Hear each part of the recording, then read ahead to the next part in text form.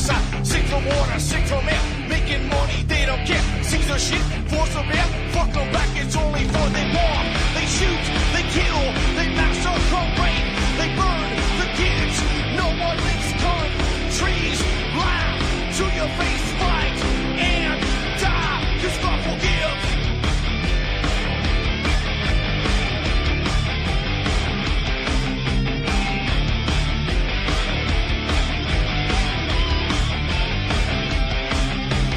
Selling lies and buying time, killing people next in line. Lower class and social side, they don't matter. Genocide, sick from water, sick from air. Making money, they don't care. See their shit, force of air. Fuck them back, that's only fair. They bomb, they shoot, they kill, they massacre, rape. They burn the kids. No one leaves countries. Lie to your face, fight and die. Cause God forgives. Yeah. Coming back around again.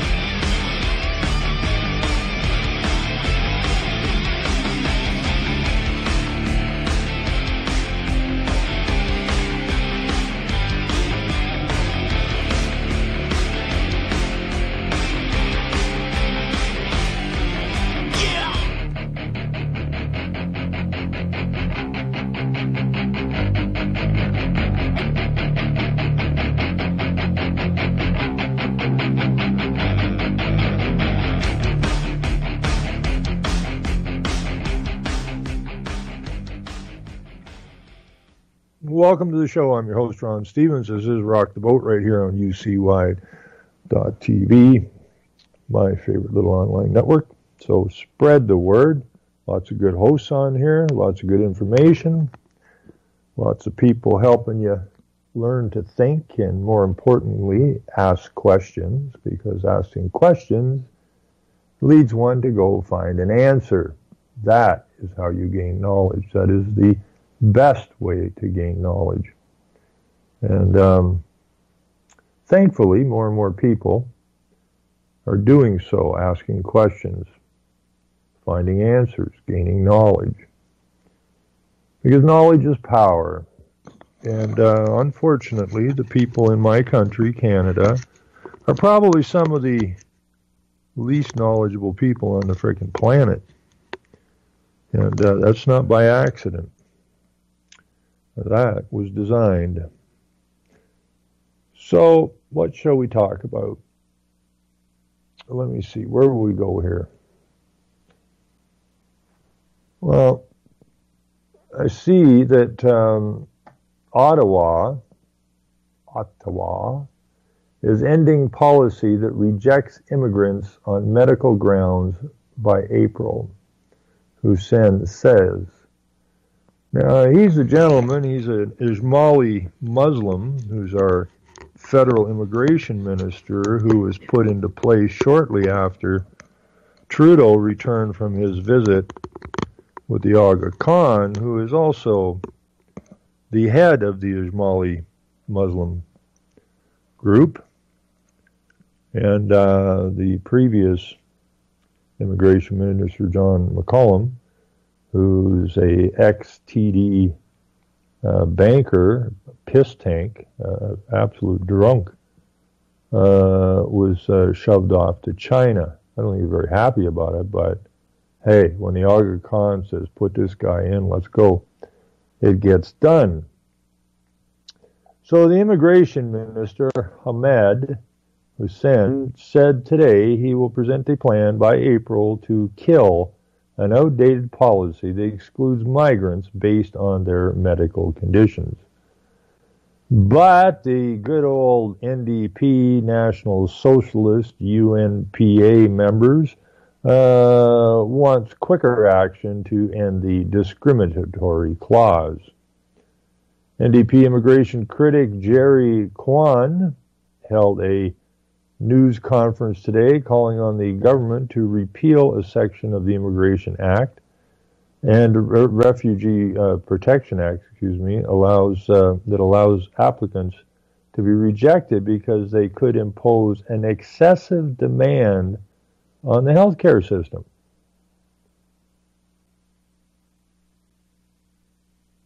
Now, our healthcare system is failing rapidly by design. Everything happens by design. She said the issue has been on the government radar since 2016, yet the discriminatory policy that causes heartache and hardship remains.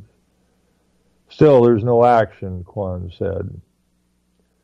Well, we have an awful lot of Canadians who are homeless. We have an awful pile of Canadians who are struggling to keep a roof over their heads. The poverty rate in this country continues to grow. Our veterans don't get looked after too good.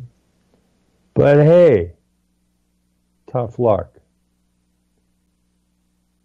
You know, you can wait in line to get to see a doctor for another extra 2-3 days or whatever. Not a big problem.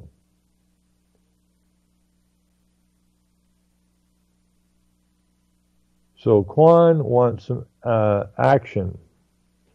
Now this is a European nation. It was built by Europeans, and Ahmed Hussein and Kwan are good European names, I guess. Or I guess now they're just good Canadian names. Anyways, the House of Commons studied the issue last fall when Hussein told the Immigration Committee the government was committed to ditching the 40-year-old policy. He said at the time it does not align with our country's values and inclusion of person with disabilities in Canadian society. Now, again, you can go back to the UN and look for the document, and you will run into why they're ditching that part of the Immigration Act, because they're told to. By who? By the globalists. And what do they want? End of nation states. And this is what we're watching, the end of our nation. There's only one way to stop it. I am absolutely sick and tired of listening to people babble on about conservatives and liberals and NDP and the odd time even the lunatic Green Party. Sick to death of it. When you, in this country, are babbling on about, well, we can't wait to get Trudeau, we'll get the conservatives in, you just called yourself an idiot. You realize that. I hope you realize that. Because that's what you are, a complete and total fool. Understand that political system that we have, the party system, was put in place for a reason. And that reason was very simple, to divide the people. And it apparently has done a pretty good job of it. And, understand one thing. Canada is a member state of the United Nations. As a member state, it is bound to the treaties and agreements signed. And therefore, that is your government. There is no liberal UN, there is no conservative UN, there is no NDP UN, there is no green UN, there is just the UN. So please, get it through your skulls. Get out of this nonsense, this right-left paradigm of stupidity.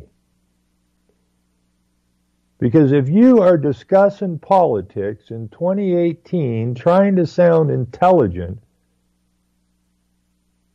by calling Trudeau, any number of names, there's no end to what you could call Trudeau, and hoping the Conservative Party gets their act together so they can sweep the Liberals out of power, so they can do exactly the same thing that the Liberals are doing. It's called insanity. Now I know you were taught nothing about politics.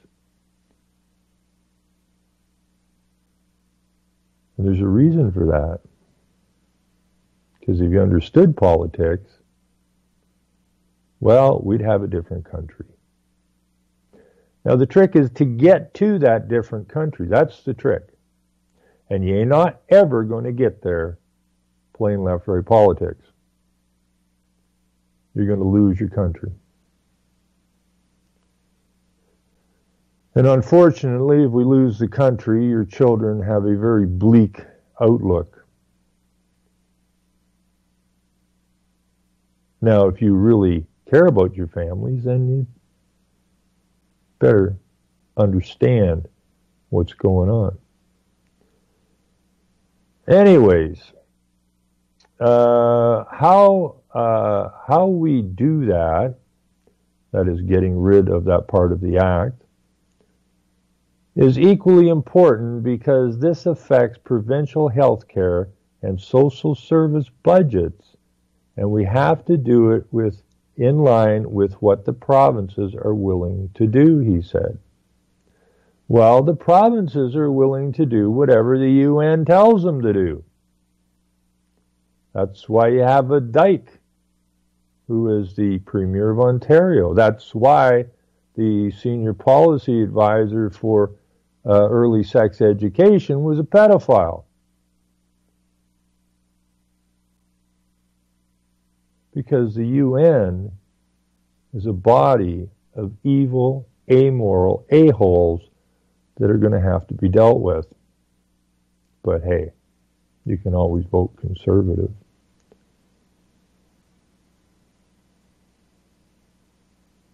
Hussein made the remarks today during an appearance before the Immigration Committee where I mean, this is bullshit. Is this a sentence? Made the remarks today during an appearance before the Immigration Committee, where took a wide range of questions. Where what took? He took? I mean, Jesus, this is the Canadian or the Communist Broadcasting Corporation news, and they don't have any proofreaders. But hey, everybody's getting dumber. What's it matter? Morris Tomlinson, senior policy analyst at the Canadian. I love this piece. Senior policy analyst at the Canadian HIV/AIDS Legal Network warned that the government must repeal the clause, not rework it. Any tinkering with it would only perpetrate discrimination against persons with disabilities, he said. This hurtful, stigmatizing, and unnecessary regime must end. At committee, Hussein, who was asked about the impact of the government's decision to lift the visa requirement for visitors from Romania and Bulgaria, a department official said there have been 232 asylum claims since the visa was lifted in December, but could not say if that was a blip or the beginning of an upward trend. Conservative immigration critic Michelle Rempel said the figure is troubling. Considering the number was virtually zero under the visa for such a short period of time, it's a significant spike, she told the communist, or no, what was that other thing people called the CBC, the Canadian Brainwashing Corporation. So you can have it, you see CBC, you can make it the Communist Broadcasting Corporation, or you can make it the Canadian Brainwashing Corporation, whichever fits your mind better, I suppose.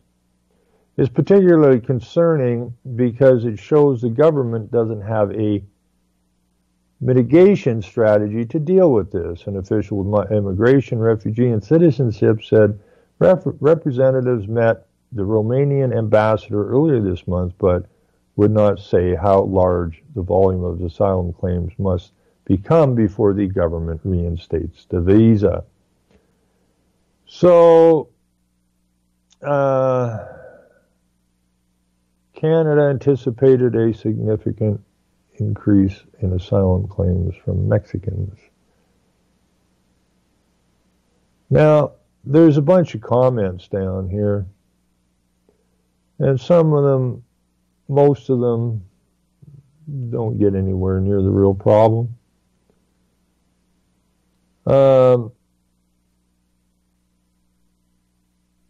This is ridiculous, says Joan McDonald. I don't know about the other provinces, but Ontario is in trouble when it comes to health care.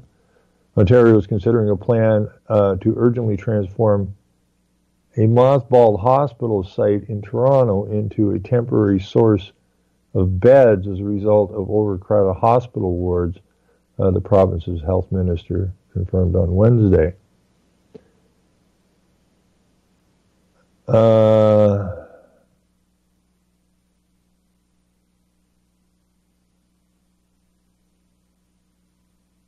Mark Eve says this is ridiculous. How long before they rush in 65-year-olds to hand them CPP? I guess the next budget will cost all this out. I wonder if wounded ISIS are being CC'd under this scheme. Now, that's interesting. You know, how long before they rush in 65-year-olds? Well, when I lived on the West Coast back in the 70s, there was a massive influx of East Indians. And when I was talking to the East Indian people, that's exactly what was going on then. So nothing's different. You know, they would come over here, a couple with some kids or whatever. And once they were here for a little while, then they would bring their parents. And a lot of these people who were coming in needed 5 years to be a citizen. So bring them in at 60 or whatever age group, but they were bringing them in, getting their citizenship, and then the pension goes where you go. You don't have to be in Canada to get the pension. So these older folks, once they got the pension, they were back in their home countries. And you were paying for their pensions in their homelands.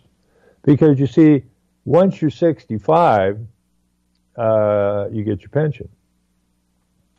Now, when they bring in these parents and grandparents over,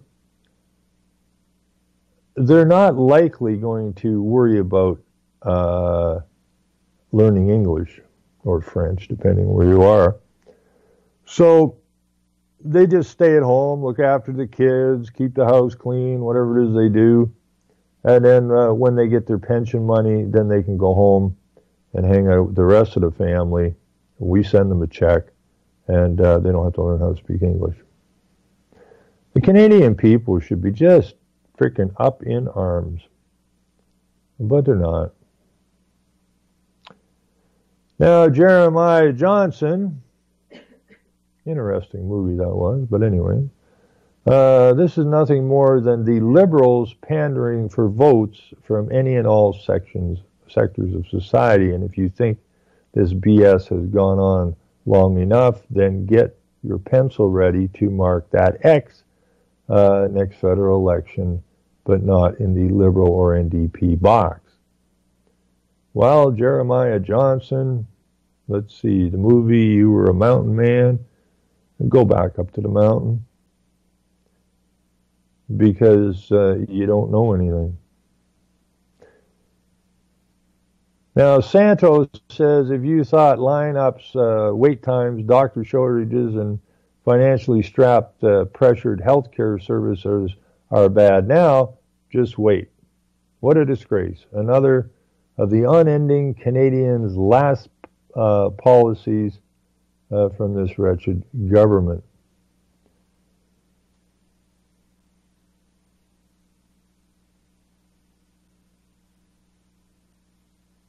And then Chuck says, do these Liberal ministers ever come up with some good ideas?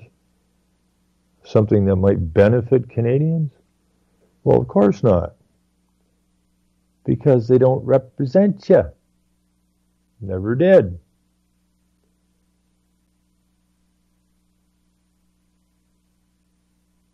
So maybe now Canadians will lift a finger or two and tell their MPPs how they feel about this.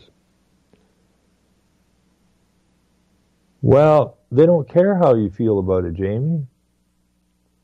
Because again, they don't represent you. So I'm looking for some good comments, but not really finding anything. Trudeau thinks he's Mother Teresa healing the world. Isn't that sweet? No.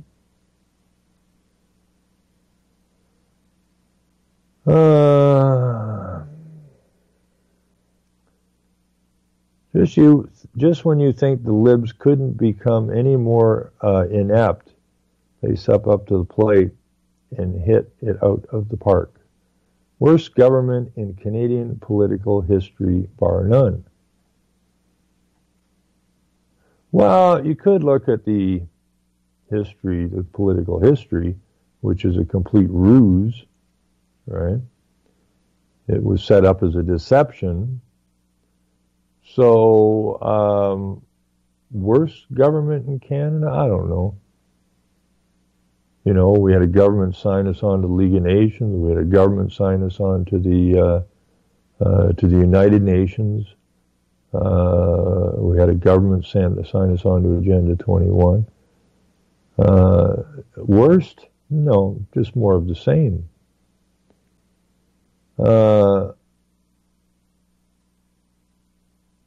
If any prospective immigrant is in need of medical treatment, they must be denied entry to Canada and sent back to their home country, unless our leader wants to foot the bill from his daddy's trust fund. Okay. That might work, but it ain't going to happen.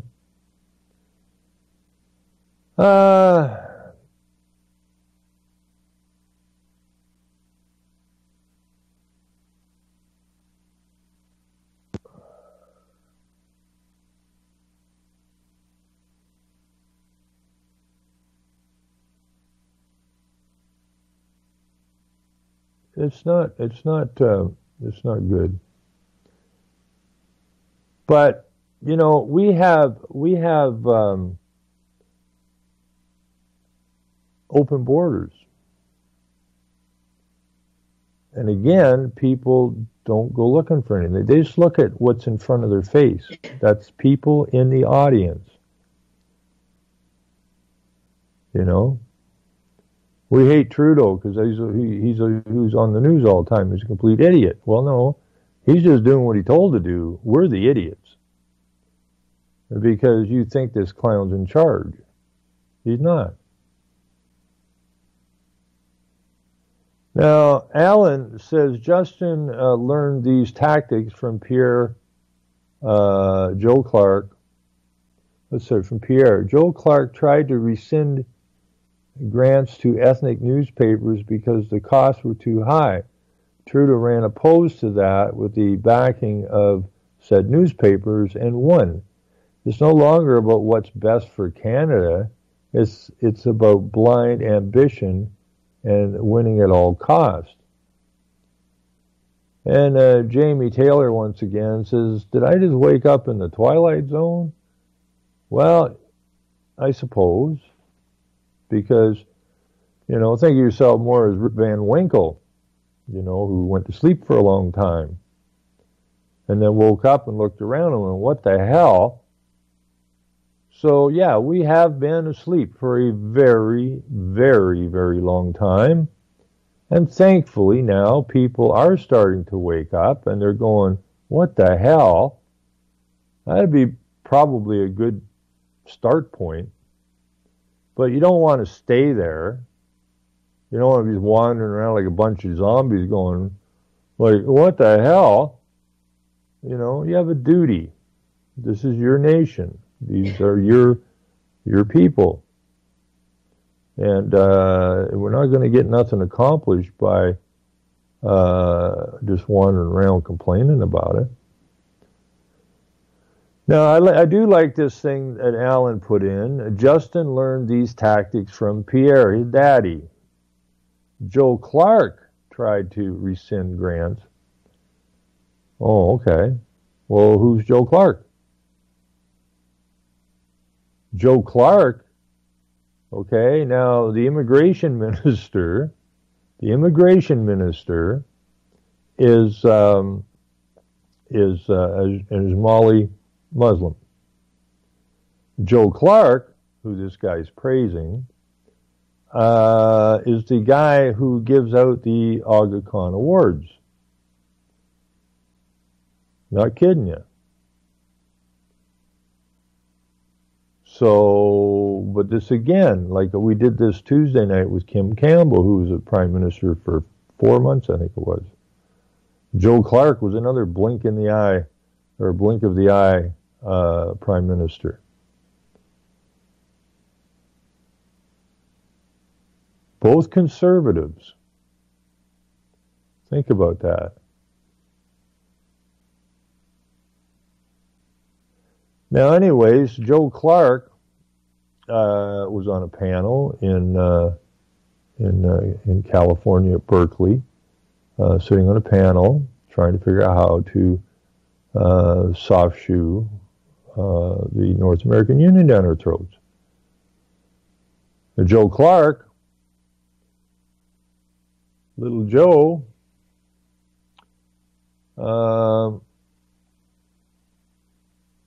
is also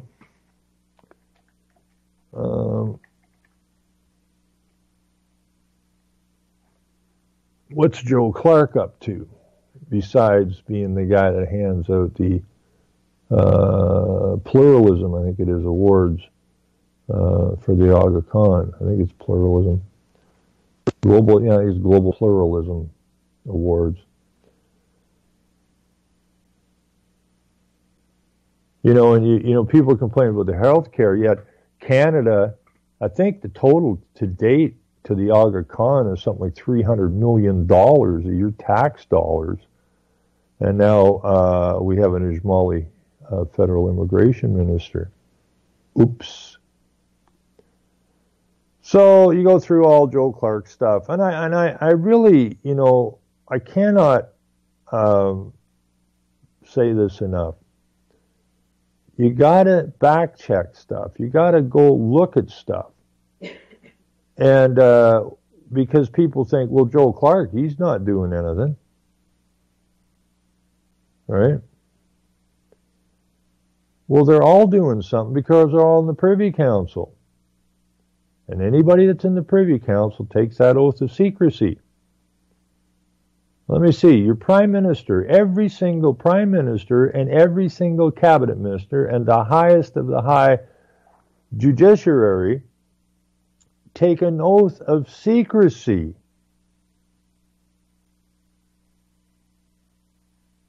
To serve the Privy Council. So you know when you elect someone and they're taking an oath of secrecy to something that is outside of the country, you got a problem. Now, Clark continues to apply his experience to foreign affairs.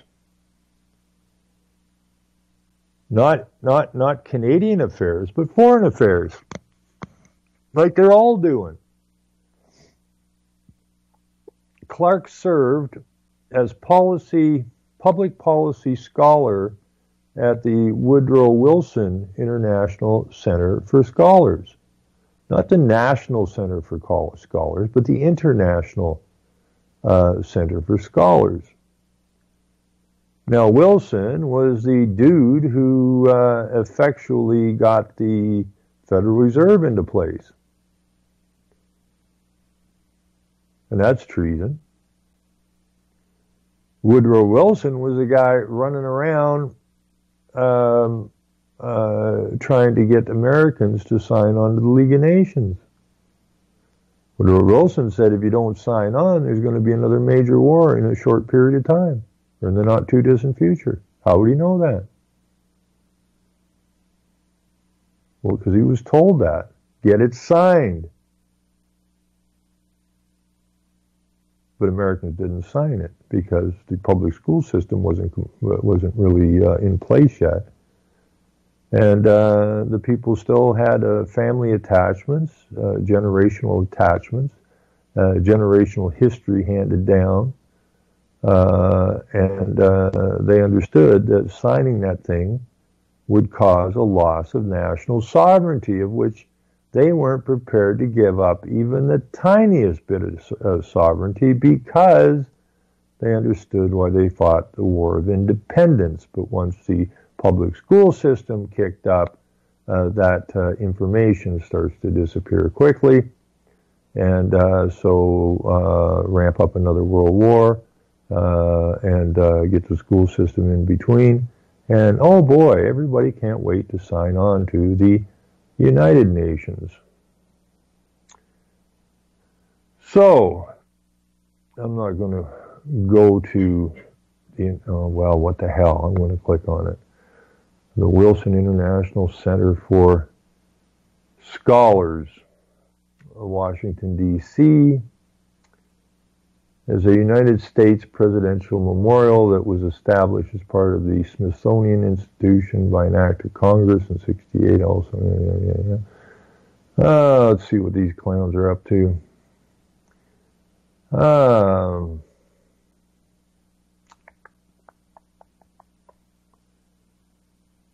They have awards. Programs. Most of the center's staff form specialized programs and projects covering broad areas of study. There are approximately 14 programs, some of which are described below. The Africa program, well, that doesn't have to do with anybody in America.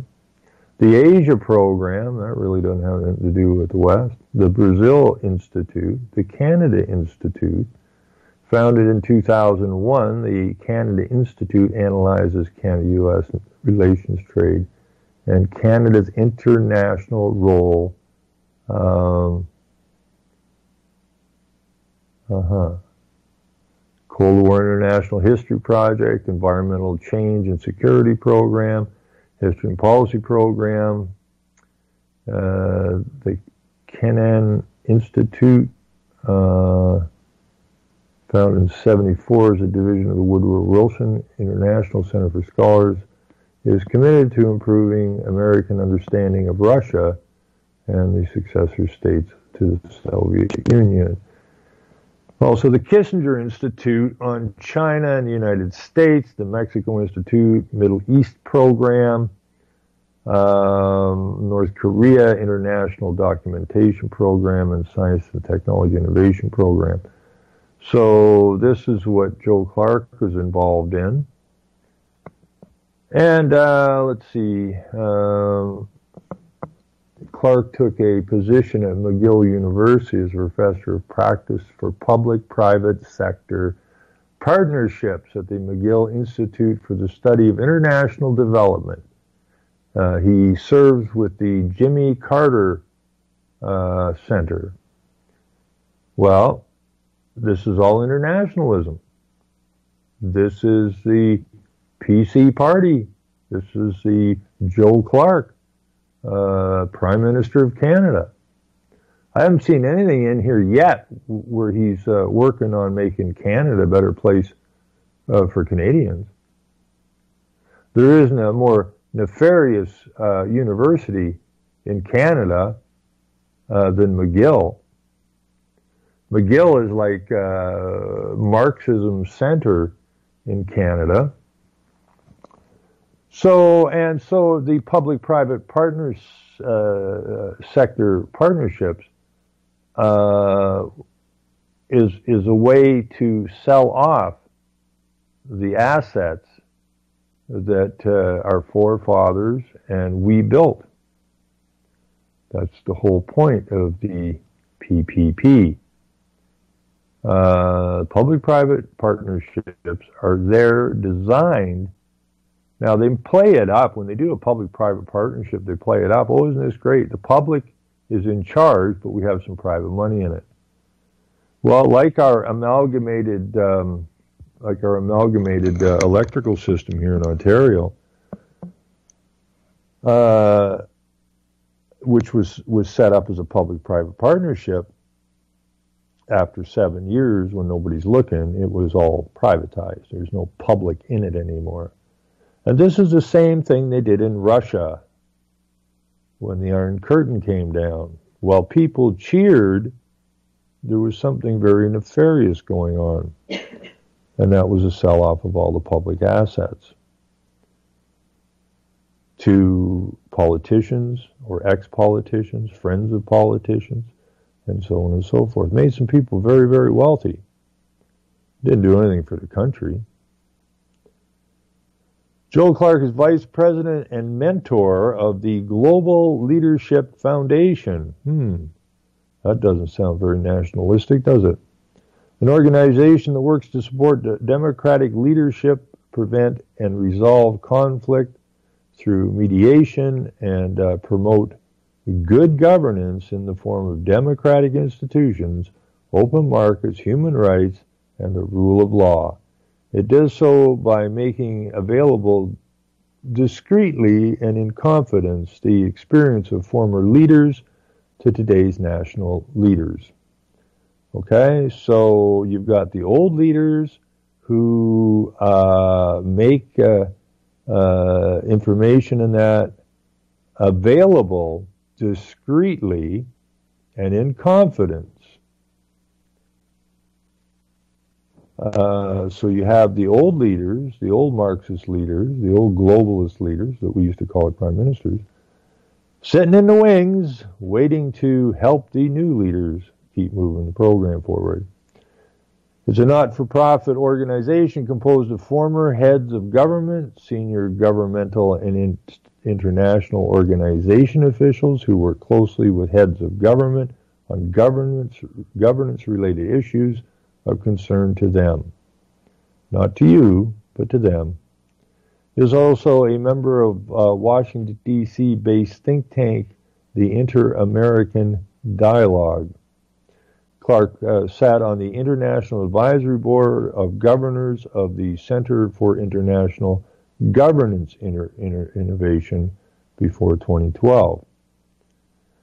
Now, I get this. This is kind of cute here at the bottom. Clark was attacked while walking down the street in Montreal in mid-November 2007.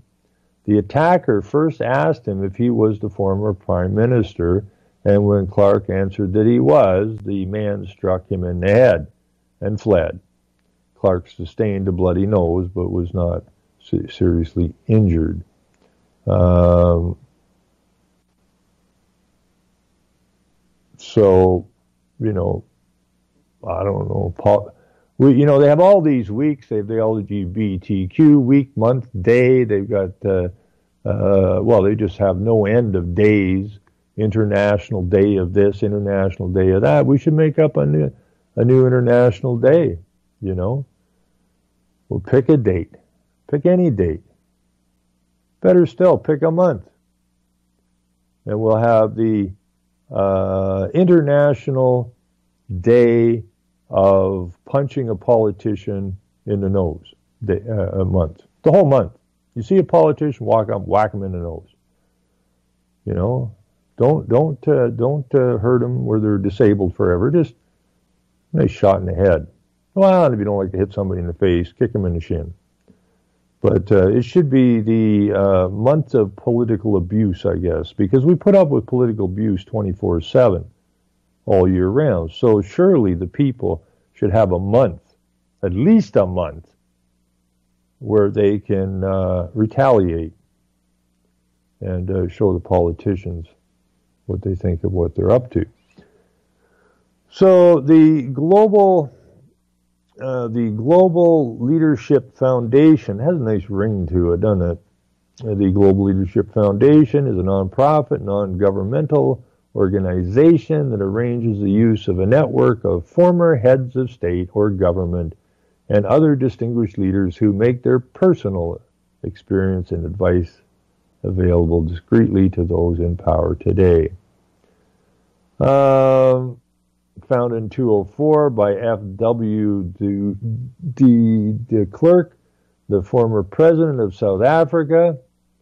GLF is unique in that the advice given by GLF members to current heads of state is done so strictly confidentially with no publicity whatsoever. Well, gee whiz, that kind of sounds like almost like the Privy Council where you take an oath of secrecy for life. It's not what's going on in front of your face, folks. It's what's going on in the background that matters. So quit wasting your typing skills on writing silly little things about the present politicians. So what do they handle here? Handling ethnic divisions, constitution making and electoral systems, policies towards the World Trade Organization, which is a really great organization that pretty much nobody likes, political initiatives to diffuse conflicts, security sector reform, presidential office management, mediation to help ensure stability before and after elections, mediation to resolve institutional deadlock, the creation of a climate that is open to foreign investment. But you don't get to know what they're talking about. So you don't. Because then you might ask some questions. So, GLF members, there are currently 41 active members of the Global Leadership Foundation. You have the guy that got it going, President of Republic of South Africa, Joe Clark, Vice Chairman, Prime Minister Canada, Baroness Catherine Ashton, High Representative of the European Union. Oh, there's somebody you want board. Let's see, Prime Minister of Sweden, Algeria, Armenia, Swiss Confederation, Turkey, New Zealand, then the list goes on. And some of these people I've seen or researched their names before, and there's a huge list. Well, it's 40-some. Let's see. Thomas Pickering, U.S. Undersecretary of State for Political Affairs, 97-2000, and a U.S. Ambassador to the UN. And, yeah, this goes on. So,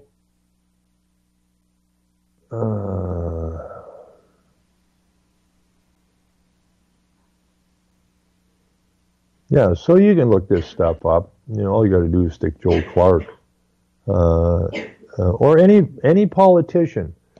You can put in almost any politician, but you really want to, to get to the meat of it, put in past prime ministers and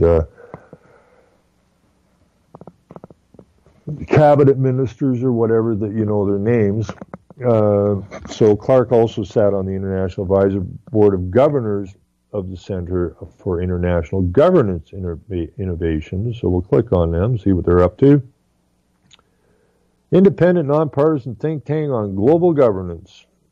Supports research, forms networks, advances policy debate, and generates ideas for multilateral governance improvements.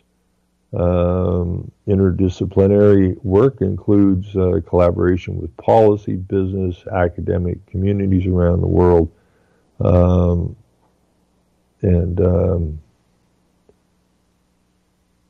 headquartered in the former Seagram Museum in the Uptown District of Waterloo, Ontario. So downtown, or the Uptown District of Waterloo, Ontario, houses the Center for International Governance Innovation. It doesn't have anything to do with the betterment of this particular nation. In fact, exactly the opposite. So, let me see here. There's partners, research programs, international relations, international economy, financial regulation. Let's see. Partners, since its inception, has partnered with other think tanks and organizations from around the world. A partnership is currently underway with the Institute for New Economic Thinking, an organization funded by, let's see, our borders are open because we are a member state of the United Nations. And according to the paper, we are obligated through our agreements and membership, being a member state of the United Nations, we are obligated to open our borders to basically whoever the hell wants to come across them. So it was the Canada partnering with the UN Refugee Agency and George Soros's Open Society, which is directing the opening and use of our open borders.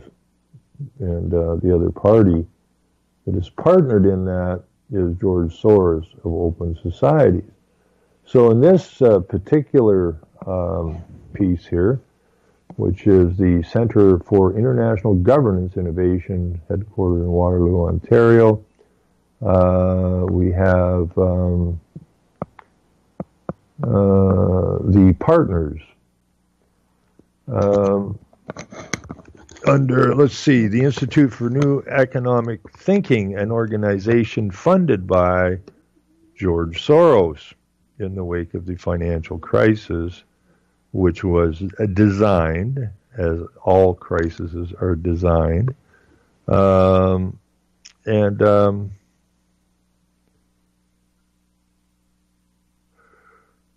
Phil,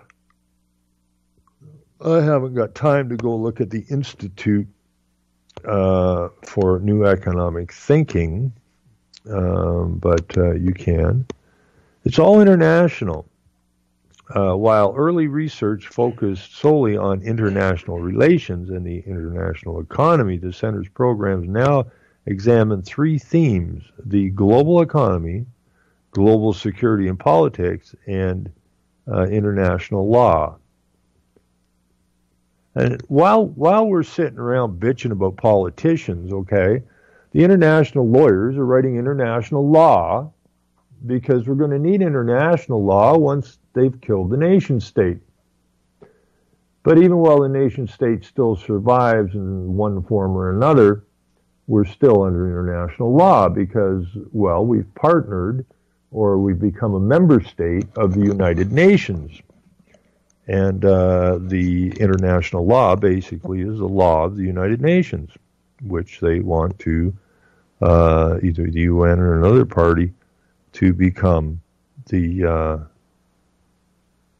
new global government.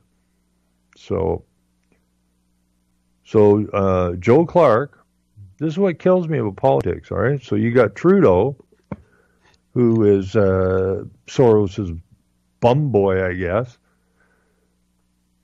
who's a liberal. And over here at Innovation for Governance, or whatever it is in Waterloo, Ontario, we have, with Joe Clark involved in it, we have George Soros involved in it. And what you find when you go through these lists is that you keep running into the same people all the time. Some of these people, I swear to God, I got to be on 20 different organizations, global international organizations. But generally, it's mostly the same people. And they're the ones that are running your country, not the stupid politicians. They're part of the ruse. Always have been.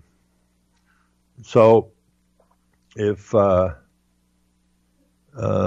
see, it is now situated in the CIGI campus, which also houses the CIG auditorium and the Ballastille School of International Affairs. So the Center for International Governance was founded in 2001 by Jim Ballastille, then co-CEO of Research in Motion, which is the BlackBerry. So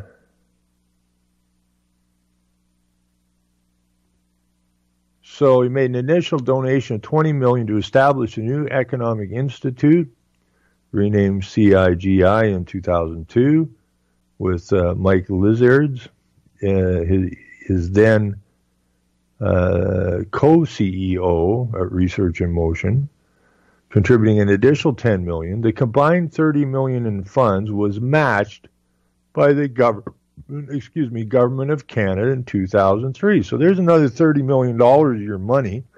You're sitting in the hallways in the hospitals, and here's another $30 million of your money gone to international governance innovation.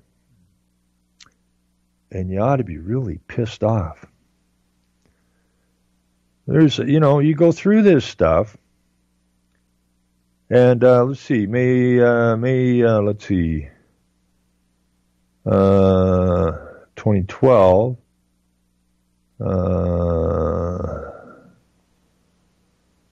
President Medora is former vice president of programs at the International Development Research Center, and also high-level positions at the International Monetary Fund, the World Bank, and the Government of Canada. So you really need to go through this stuff, because if you don't, you won't get it. You'll just bitch about Trudeau's silly socks and stuff, which is unfortunately not real important. You got to go deeper, people. You got to go deeper. So that's one good way for you to do it, is to just go and pick a name, go and go to these sites, right? To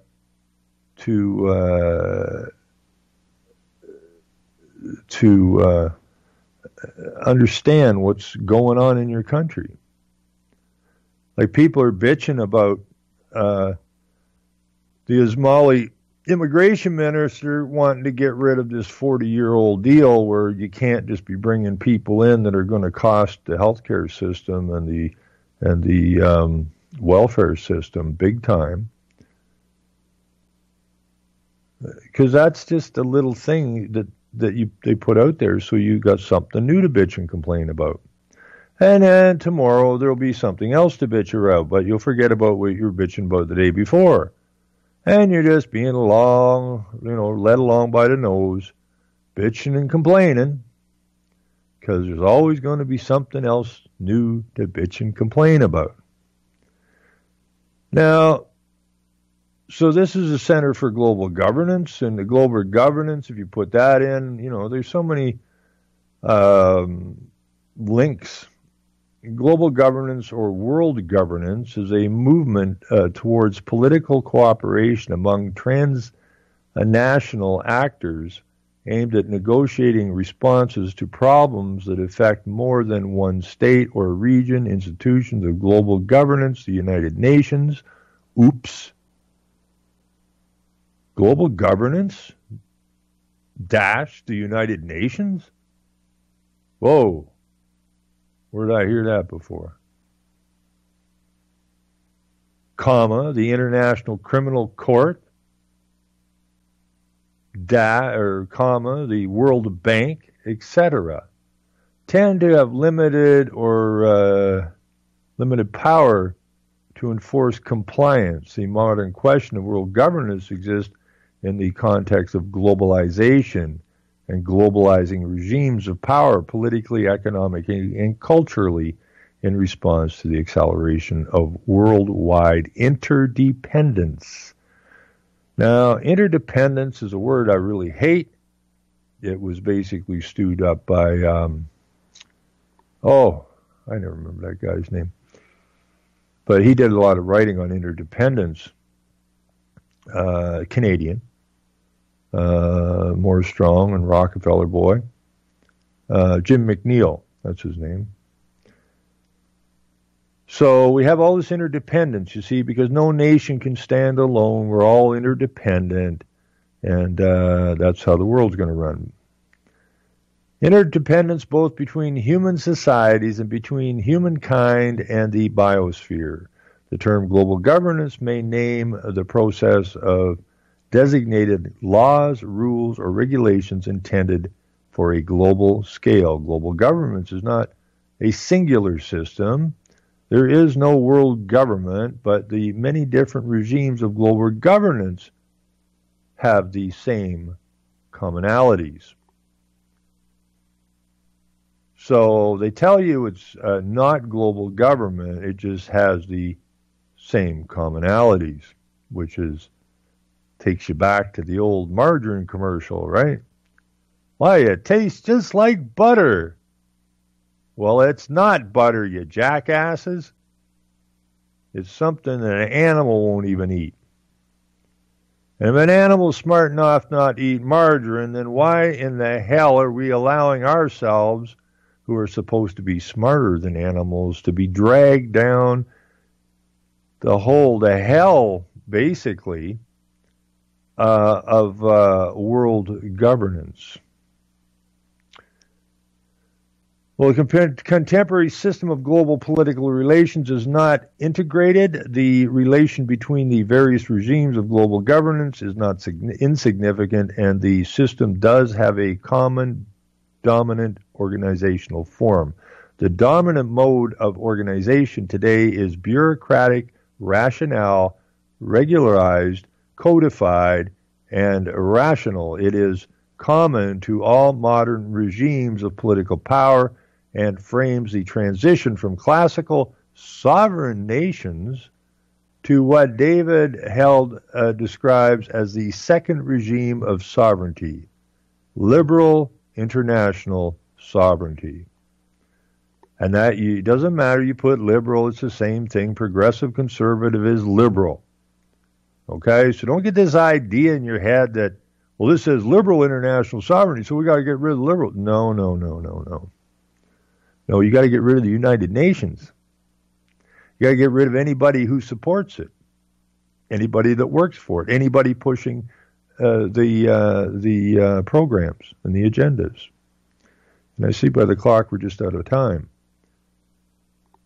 So that was just, pick off a thing in the Brainwashing Corporation News, which was about letting in people who are disabled from other countries, and you just follow it through, and now you're at a global government. And this is what you have to do, folks. You have to educate yourself, because you got to ask questions in order to do it. Anyways, hear music means we're out of time. Everybody have a great night, and I guess we'll be back Sunday. Take care, everybody.